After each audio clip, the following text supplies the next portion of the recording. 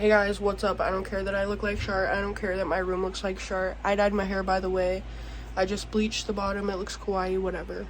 So today, I'm looking like a Shart doing my memorization. I just wanted to do a little vlog and show you the horrible nature of Mr. Stores and the public education system. So before we get into it, we need a insight on the project. Hey guys, I'm back, and I'm turning on my computer. So I want to give you a little insight to my sharding Shart. So let me log in really quick. It should be like literally the last sharding thing. So I just wanted to create this YouTube video to help me study as well as make it fun and stuff. So I literally woke up like an hour ago, and not really, like 2 hours ago actually. Yeah, I woke up at like 9:30. So yeah, now I have to memorize 5 paragraphs. Yeah, 5.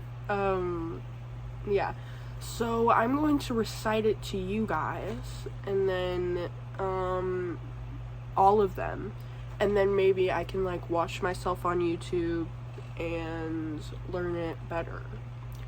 So yeah guys, so I'm going to copy all of the paragraphs onto paper, and then I'm going to recite them to you. So give me a second. Hey little Sharts, I'm back, and I have all my paragraphs ready. So we're just going to jump right into it because I don't have time for this. First question. Argue if Plato would support General Black's position or Professor Grotechele's position. Okay, first paragraph. Plato would support General Black's position of neither causing nor suffering injustice. In the Republic, Plato explains the differences between the evil of the evil of suffering injustice and the good nature of causing an injustice. In the movie Failsafe, directed by Sidney Lumet, the U.S. government is in a panic after the Russian government jams their fighter plane, causing it to bomb Moscow, Russia. General Black wants the U.S. government and the Russian government to agree amongst themselves to have neither causing or suffering injustice. Professor Grotechele, though, believes that the Russians will surrender once the bombs go off. He can only think of the best of all. This contradicts Plato's ideologies because Plato believes when the best of all comes with the risk of the worst of all, a middle point between the two would be considered just, suggesting Plato would agree with General Black's consensus on the situation. Thank you. Do you think I'll get an A+ on that? Hopefully he'll ask me that one because I actually remember that one. I only remember the first one so far. So yeah, hopefully he asks me that. So then, second question. Defend whether or not the president's position to sacrifice New York would be considered an act of justice by Plato. 1 second.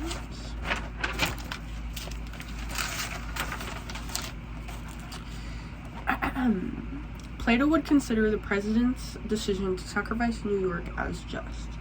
Plato believes that if there is no way to get the best of all without suffering the worst of all, a middle point between the two would be considered just. The president's decision on bombing New York is not as good, but the lesser evil. The compromise of bombing New York would result in the full prevention of the worst of all, World War III.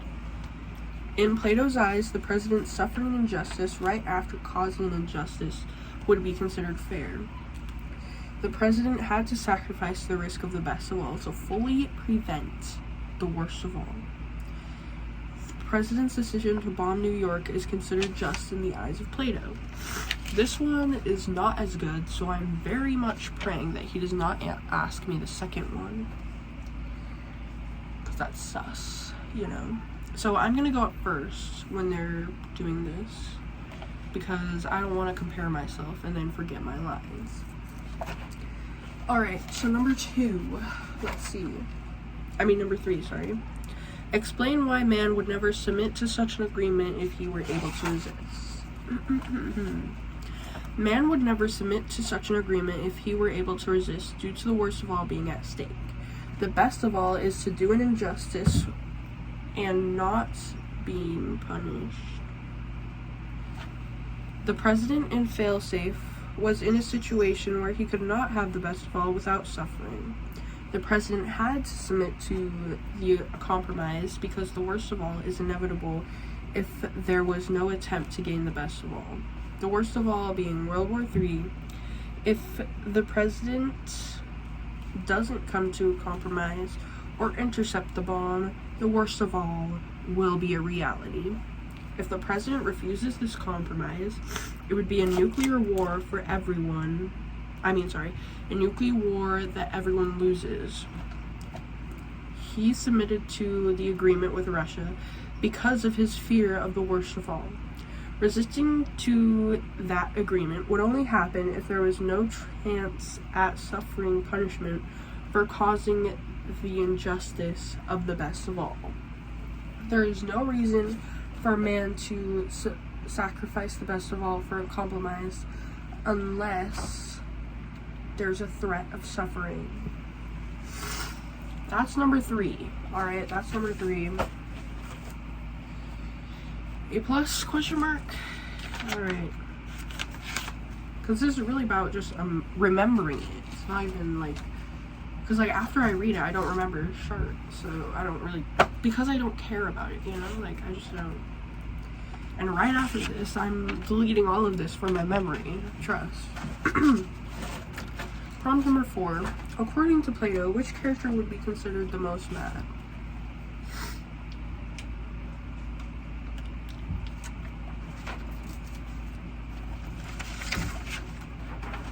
Okay.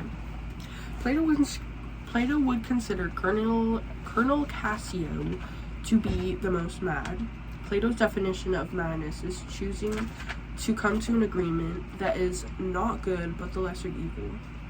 When you are able to resist. Cassio refused to acknowledge the agreement between Russia and the US. He would not give the information to Russia's president that could protect Moscow and save everyone from the worst of all. Cassio is considered mad in Plato's perspective because he did not want to resist when there was no way to get the best of all. Since the beginning, Cassio displayed signs of egotistical behavior. At the meeting, he tries to sabotage the agreement with Russia. The best of all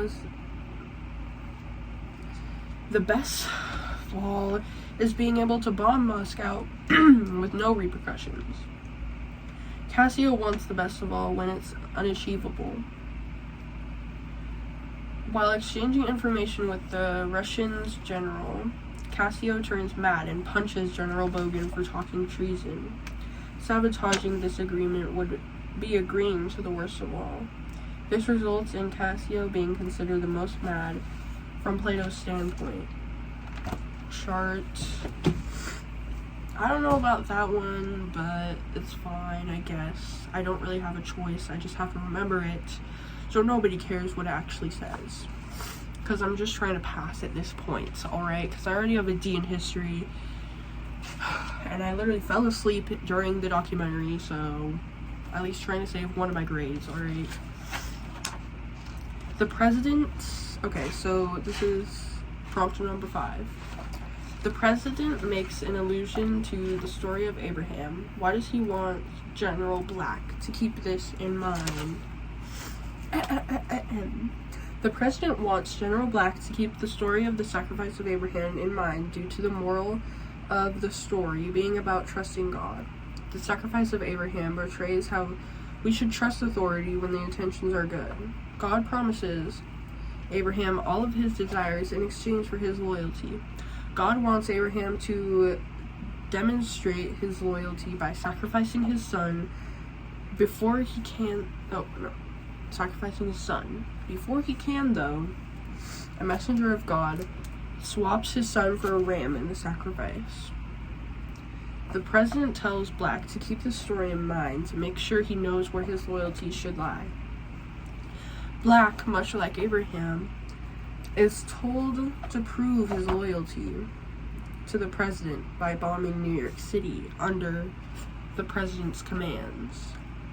The president relates to God by having the authority and placing his trust with Black. The president knows that Black could decide to disobey him at any point, so he wants General Black to relate this to a loyalty test, to a test of loyalty. The president is asking a great deal of Black, and he knows that he, like God, is asking Black to sacrifice his family for his country. That is why the president wants Black to keep the sacrifice of Abraham in mind. Sharp. So I really